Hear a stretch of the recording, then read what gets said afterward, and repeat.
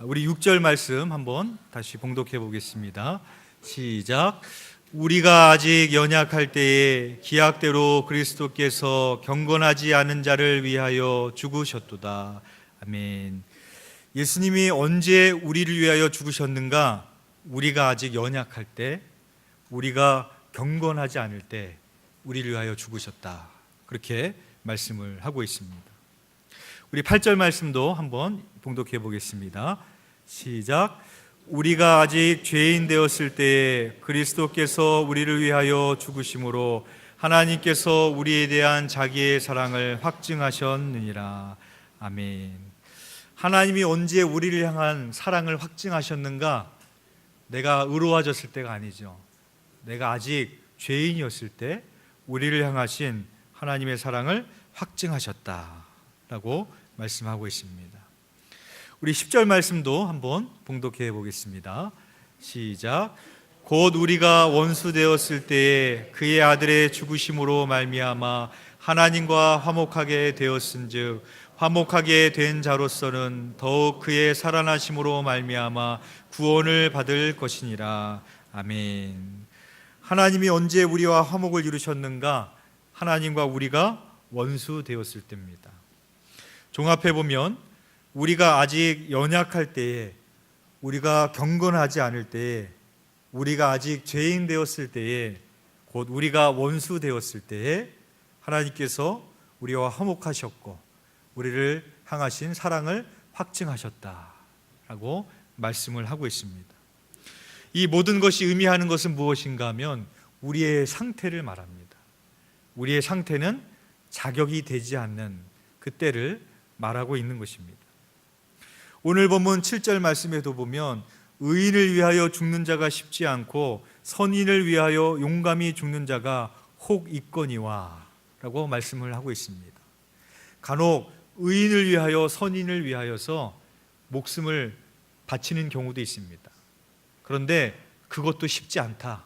성경이 그렇게 말하고 있는 겁니다. 그런데 우리에게 뭘 말하고 있는 거예요?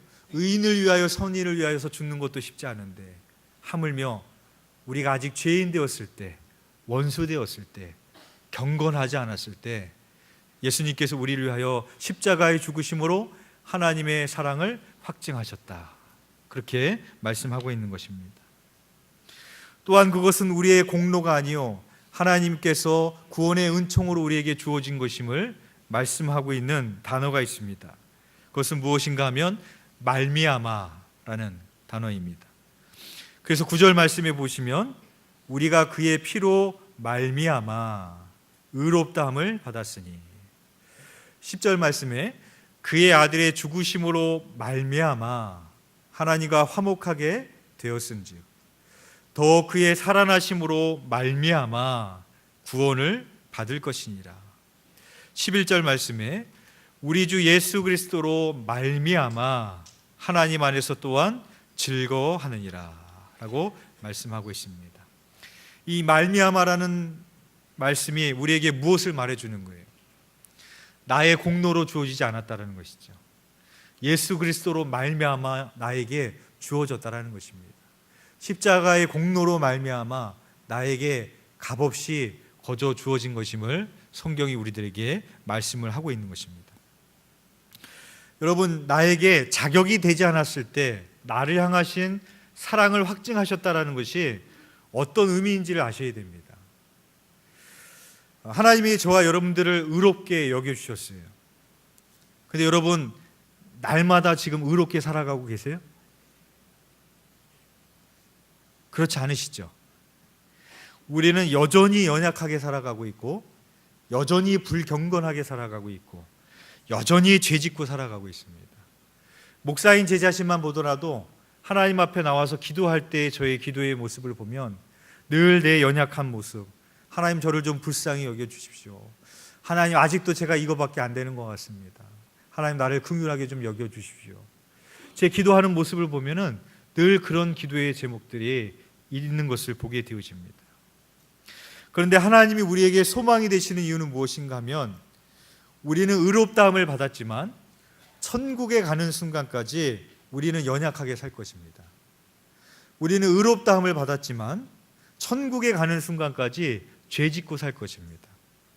우리는 의롭다함을 받았지만 천국에 가는 순간까지 우리는 불경건하게 살 것입니다.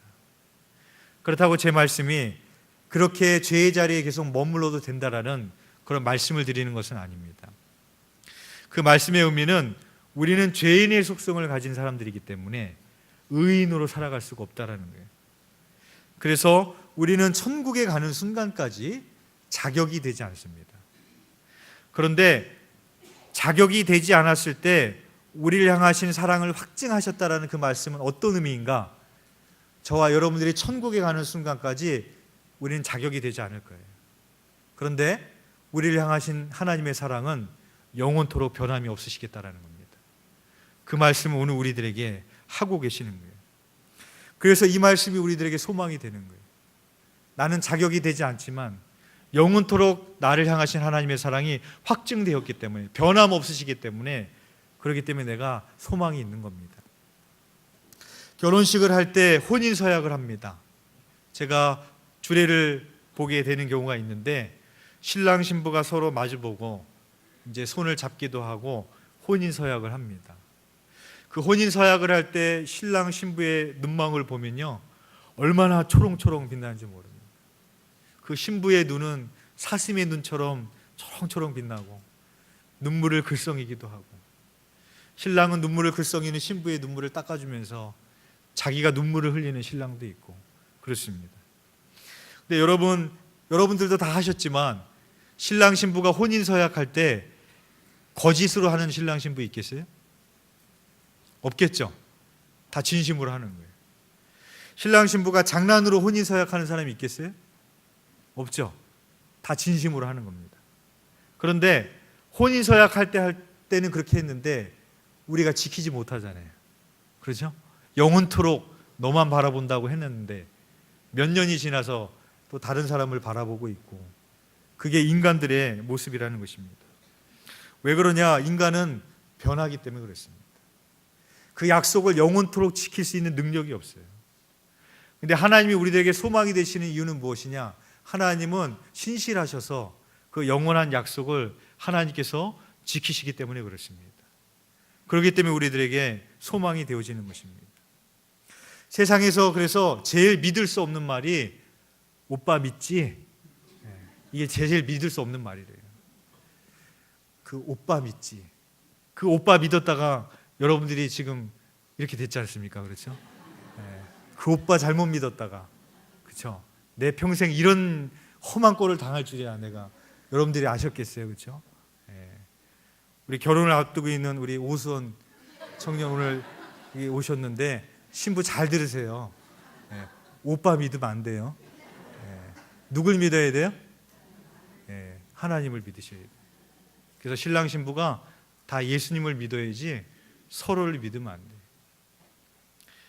그래서 인기 가요 중에도 보니까 오빠 한번 믿어봐라는 그런 노래가 있더라고요. 가사를 보니까 밤하늘의 별을 따다 줄 수도 있는데 왜 몰라 너는 몰라 내 맘을 모르니, 꿈속의 왕자님을 찾아도 결국엔 너만 바라봐주는 그런 사람 찾게 될 거야. 그게 바로 나라니까. 이런 가사더라고요. 밤하늘에 별을 따다 주긴 뭘 따다 줍니까? 그렇죠? 몇 년 지나니까 설거지도 안 하고 TV만 보고 있는데, 그렇죠? 나만 바라보긴 뭘 나만 바라봅니까? TV만 보고 있는데. 인간의 모습이 바로 그러하다라는 것이죠. 인간은 믿음의 대상이 아닙니다. 인간은 긍휼의 대상입니다. 불쌍히 여겨야 될 대상이지 인간을 믿을 수 있는 그런 대상이 되지 않습니다. 오늘 5절 말씀에 보시면 소망이 우리를 부끄럽게 하지 아니함은 그렇게 되어져 있어요. 이 부분을 표준세 번역으로 읽어드리면 이 희망은 우리를 실망시키지 않습니다. 이렇게 번역해놨어요. 그 희망은 뭐겠어요? 하나님을 향한 우리의 소망이에요. 영원히 변하지 않는 그 사랑은 우리를 실망시키지 않는다라는 거예요. 내 남편은, 오빠는 믿었는데 오빠는 나를 실망시키지만 하나님은 나를 절대 실망시키지 않는다라는 것입니다. 요한계시록에 7개의 인을 떼는 하나님의 심판의 내용이 있습니다. 그래서 요한계시록 6장에서 첫 번째 인을 떼서 여섯 번째 인을 떼는 내용까지 나옵니다. 하나의 인을 뗄 때마다 하나님의 심판이 쏟아집니다. 전쟁과 기근과 가난과 환경의 재앙들이 쏟아지기 시작합니다. 그리고 일곱 번째 인을 떼는 내용이 7장에서 나오는 것이 아니라 8장에 가서 나옵니다. 그래서 문맥적으로 보면 6장에서 7장으로 읽으면 이 내용이 연결이 안 되고 6장에서 8장을 읽어야지 문맥이 연결이 됩니다.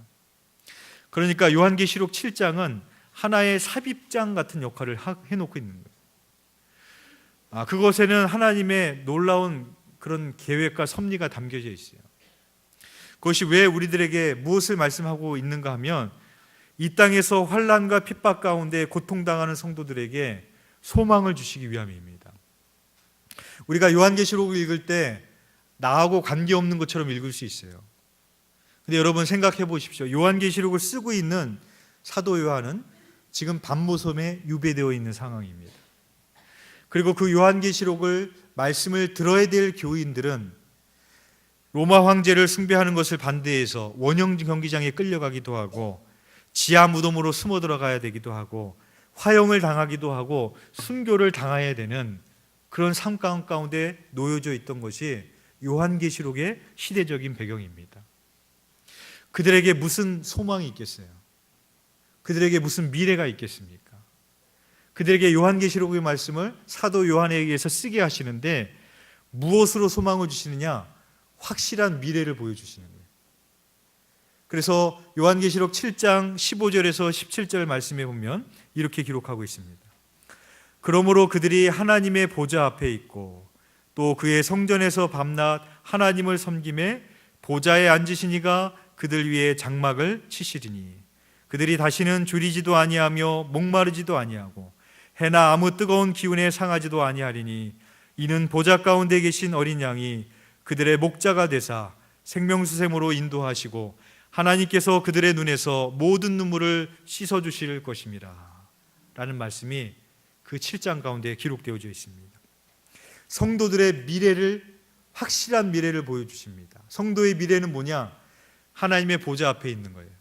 그 보좌 앞에서 어린 양 대신 예수 그리스도께 영원토록 찬양과 경배를 드리는 그런 모습이 그려져 있습니다. 다시는 줄이지 아니하고 목마르지 아니하고 어떤 기운도 행할 수 없는, 또 하나님의 우리 성도들 위에 장막을 치시리니 이렇게 되어져 있어요. 장막은 무엇입니까?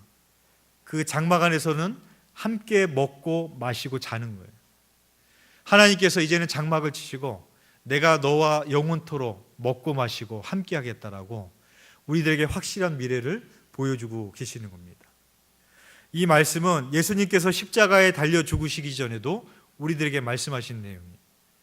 요한복음 14장 1절에서 3절 말씀에 너희는 마음에 근심하지 말라 하나님을 믿으니 또 나를 믿으라. 내 아버지 집에 거할 곳이 많도다. 그렇지 않으면 너희에게 일렀으리라. 내가 너희를 위하여 거처를 예비하러 가노니 가서 너희를 위하여 거처를 예비하면 내가 다시 와서 너희를 내게로 영접하여 나 있는 곳에 너희도 있게 하리라 라고 말씀을 하십니다. 여러분, 이 성경 66권이 하나님의 말씀인데 이 하나님의 말씀이 1.1획도 떨어짐 없이 다 이루실 것을 믿습니까? 아멘이시죠? 그러면 이 성경 66권 중에서 특별히 빨간색으로 하이라이트 되어져 있는 부분이 있습니다. 뭡니까? 예수님이 직접 하신 말씀이에요.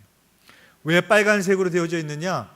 이 하나님의 말씀 중에서도 진리 중에 진리이기 때문에 빨간색으로 되어져 있는 거예요. 진리이신 예수님이 하신 말씀이기 때문에 거짓이 들어갈 수가 없다라는 거예요. 그런데 그 중에서도 예수님이 말씀을 하실 때 이렇게 말씀하실 때가 있어요. 내가 너희에게 진실로 이르노니. 이 말씀은 어떻게 했어요? 정말로 진실 중에 진실이라는 거예요. 그런데 제가 조금 전에 읽어드렸던 이 말씀이 어떻게 시작하고 있는가 하면 이렇게 시작하는 거예요. 너희는 마음에 근심하지 말라. 하나님을 믿으니 또 나를 믿으라. 하나님을 믿고 나를 믿어라. 믿으라는 말을 2번 하세요. 그리고 이해하신 말씀이 내 아버지 집에 거할 곳이 많도다.